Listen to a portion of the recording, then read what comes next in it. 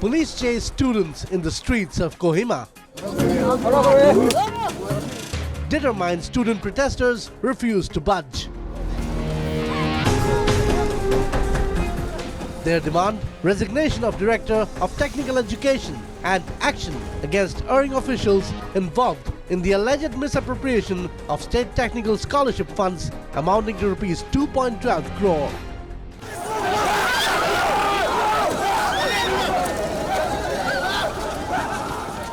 On the 25th of May, we have served an ultimatum to the Director of the Technical Education demanding his resignation.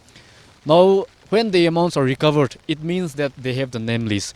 But since the director, he is the head of the directorate and he is refusing to give us this name list, we have asked his resignation on moral grounds. But since he have not resigned, and rather than resigning, they have tried to play some tactics in trying to defend those corrupted officials. So we have come out declaring our indefinite hunger strike. Protesting against the alleged scam, members of the All Nagaland College Students Union attempted to resort to an indefinite hunger strike. However, they were refused permission for the same. As the student leaders tried to go ahead with the hunger strike, police resorted to use of water cannons and even picked up the president and senior members of the ANCSU. While the student leaders were released later in the day, the decision of the ANCSU to go ahead with the indefinite hunger strike forced the police to swing into action once again.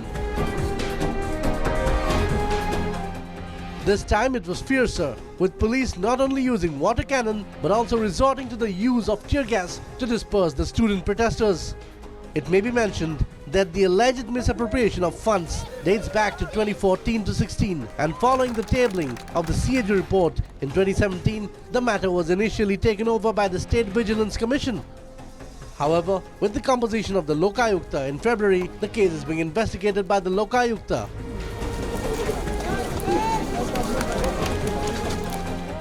This case was registered by Vigilance Police on the approval by the state government. Thereafter, the officers have carried out investigation. I came to know about this case only yesterday. I summoned the file and marked it to Lokayukta. In the file, the officer in charge had mentioned that amount has been recovered, but we are not satisfied. We directed them to go and collect the complete records, and they will find out the truth. They have sought the minute details of the entire record, and most probably those records will be made available to them. On that basis, we will reach a certain conclusion, definite conclusion.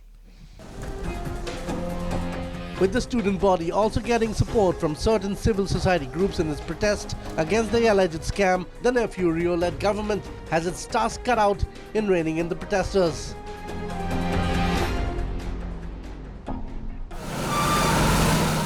With inputs from Sara Konyak in Kohima and Nabarun Goswami in Guwahati, this is Jyoti Hazarika for Northeast Live.